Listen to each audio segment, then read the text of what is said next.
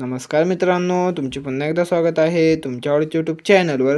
तर आज आपण घेऊन आलेलो आहे आपल्या काळभैरवनाथ महाराज आणि आई जोगेश्वरी माता यांच्या विवाहाचा पार्ट 2. तर आज होणाऱ्या या भव्य दिव्य आकर्षक शाही सोहळ्यासाठी आमचे संपूर्ण भैरवनाथाचे मंदिर अशा प्रकारे LED लाईट्सने सुशोभित करण्यात आले होते.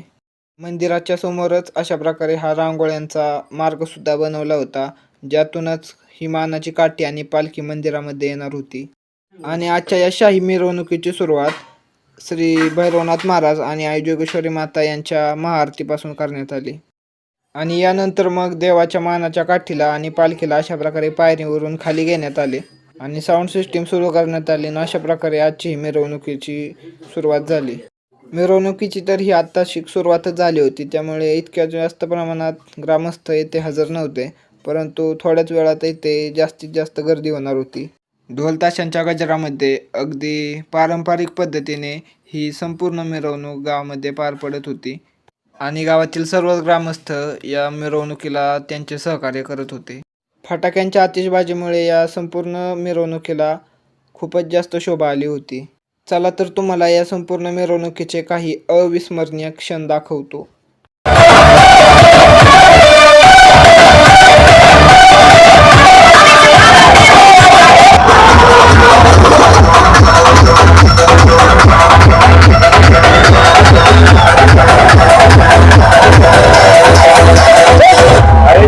आपल्या देवाचं गाणे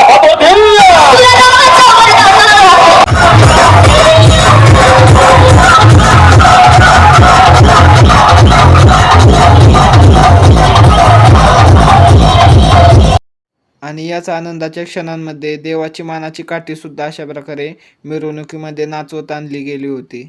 जसं मी तुम्हाला आधी सुद्धा सांगितलं होतं, हळूहळू आता ही गर्दी वाढत जाणार. तशीच पहा, आता ही गावातील ग्रामस्थांची गर्दी सुद्धा वाढू लागली आहे. आता ही देवाची काठी आणि पालखी संपूर्ण ग्रामस्थांसोबत काळूबाईच्या मंदिराकडे प्रस्थान करत होती. या मिरवणुकीमध्ये केवळ तरुणांनीच काम केले नाही, तर गावातील वडीलधाऱ्या लोकांनी सुद्धा मोलाचा पाठिंबा दिला. जेव्हा ही काठी काळूबाईच्या मंदिराकडे या घाटातून येत होती, तेव्हाची ही काही दृश्य आहेत. आणि इतक्या कष्टानंतर आम्ही शेवटी काळूबाई मातेच्या मंदिरामध्ये पोचलोच. येथे आल्यावर सर्वप्रथम काळूबाई मातेची पूजा करण्यात आली. सर्व ग्रामस्थांनी देवीचे दर्शन घेतले आणि मग आम्ही पुन्हा एकदा भैरवनाथाच्या मंदिराकडे निघालो. पुन्हा एकदा भैरवनाथाच्या मंदिराकडे परतण्यापूर्वी सर्वांनी एकदा देवीचा मनापासून जयघोष केला.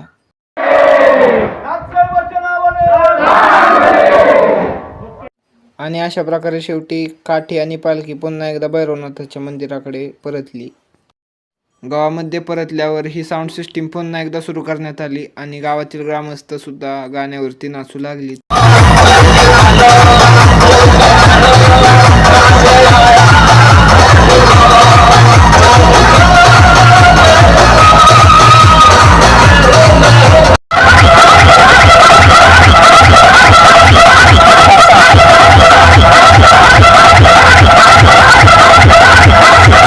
देव मंदिरामध्ये येण्यापूर्वीच गावातील सर्व महिला सुद्धा मंदिरामध्ये जमल्या होत्या. देवाच्या लग्नाची घाई सर्वच ग्रामस्थांना लागली होती, त्यामुळे आता त्यांना सुद्धा वाट पाहावीसे वाटत नव्हते. आणि मग अशा प्रकारे देवांचा हळदीचा कार्यक्रम सुरू झाला.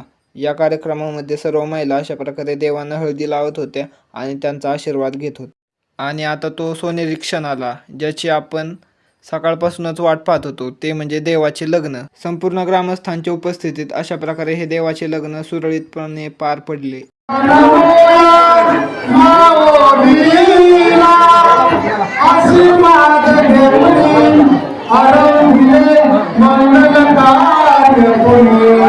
तर कसा वाटला हा आजचा श्री काळभैरवनाथ महाराज आणि आई जोगेश्वरी माता यांचा शुभविवाह.